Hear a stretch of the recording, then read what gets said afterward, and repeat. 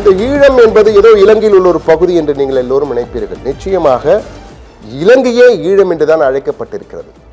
நம்முடைய தொன்மையான இலக்கியங்களான மணிமேகலை, சிலப்பதிகாரத்திலெல்லாம் இலங்கையை ஈழம் என்றுதான் குறிப்பிட்டிருக்கிறார்கள். இலங்கையின் ஒட்டுமொத்த இலங்கையும் ஈழம் என்றுதான் குறிப்பிட்டிருக்கிறார்கள். அப்போது ஒருவேளை முழுவதுமாக தமிழர்கள் அங்கு இருந்திருக்கலாம். ஆனால் செறிவாக தமிழர்கள் அடர்த்தியாக வாழ்ந்த நிலப்பகுதிகள் என்றால் வடக்கு பகுதி, கிழக்கு பகுதி. வடகிழக்கு என்று தற்போது இணைத்து கூறுவார்கள். வடக்கு மாகாணம், கிழக்கு மாகாணம் என்ற பகுதிகள் தான் இங்கு மிக முக்கியமான பல பகுதிகள். அதாவது தமிழர்களின் கலாச்சார தலைநகரம் என்றால் எல்லோரும் மதுரை என்று கூறுவார்கள். தமிழ்நாட்டிலே மதுரை. ஆனால் உலக தமிழர்களுக்கு உலக தமிழர்களின் கலாச்சார தலைநகரம் எது என்றால் யாழ்ப்பாணம். ஜாஃப்னா என்று அழைக்கப்படுகிறதே அந்த யாழ்ப்பாணம் தான் நம்முடைய தலைநகரம், கலாச்சார தலைநகரம். தமிழர்களின் கலாச்சார தலைநகரம் என்றால் யாழ்ப்பாணம் தான். அந்த அளவுக்கு நம்முடைய கலாச்சாரத்துடைய அடிப்படை எல்லாம் அங்கு இன்னும் கடைபிடித்து வருகிறார் என்பதுதான் மிக முக்கியமாக நாங்கள் பார்க்க வேண்டியிருக்கிறது. அந்த நகரம் எப்படி இருந்தது ஒரு காலத்தில், தற்போது எப்படி இருக்கிறது என்பதுதான் தலைகீழ் மாற்றமாக மாறியிருக்கிறது. அது மட்டும் யாழ்ப்பாணம் மட்டுமல்ல, கிளிநொச்சி இருக்கிறது, முல்லைத்தீவு. கிளிநொச்சி என்பது கல்வி மையம். அதாவது இலங்கையின் கல்விக்கு மிக முக்கியமான மையமாக இருந்த இடங்கள் கிளிநொச்சி ஒன்று. ஆனால் அந்த கிளிநொச்சி இன்று வெறும் காடுகளாக இருந்த, அதாவது பசுமைக்கு பெயர் போனதாக இருந்த அந்த கிளிநொச்சி நகரம் இன்று பொட்டல் காடாக மாறிவிட்டது.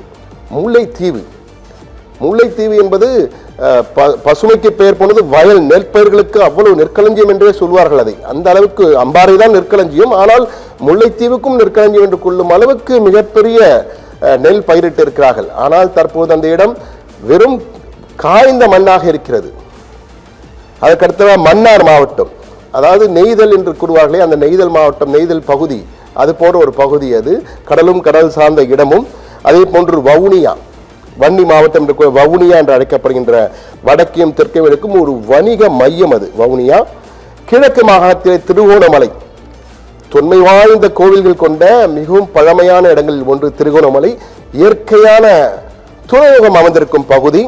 அடுத்தது பட்டிக்குலோ என்று ஆங்கிலத்தில் அழைப்பார்கள், தமிழிலே மட்டக்களப்பு என்று அழைக்கப்படுகின்ற பகுதி.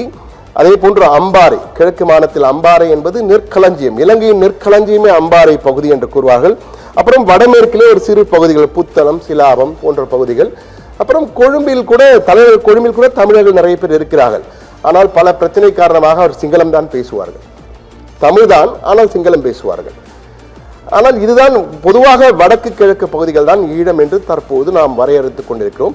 இங்குதான் மிகப்பெரிய ஒரு போராட்டங்கள் நடந்தன. அதாவது நம்முடைய தமிழர்களின் சுய மரியாதைக்கு இழுக்கு ஏற்பட்ட போது உடனடியாக அந்த இடமே சற்று மாறுகிறது. போராட்டம், தந்தை செல்வா போன்றவரெல்லாம் ஜனநாயக ரீதியாக அகிம்சை போராட்டங்களை முன்னெடுக்கிறார்கள்.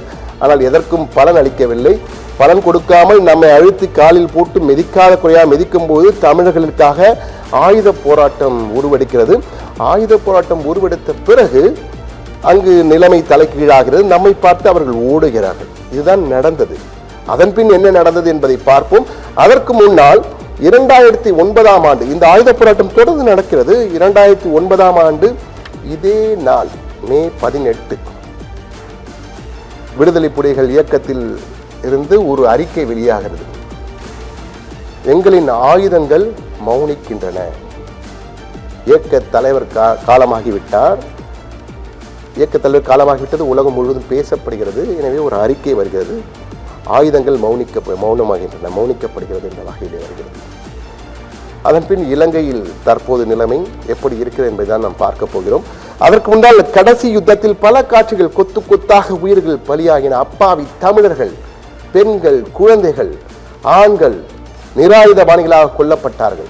வெள்ளை கொடி ஏந்தி வந்தியவர்கள் எல்லாம் துப்பாக்கி முன்னே சுட்டுக் கொல்லப்பட்டார்கள். கொத்து குண்டுகள் போட்டு கொத்து கொத்தாக கொன்றது அந்த சிங்கள பேரினவாதம், அந்த இராணுவ வெறியர்கள். அதற்கு மாற்று கருத்தே உலகின் மிகப்பெரிய ஒரு இன அழிப்பு நடைபெற்றது.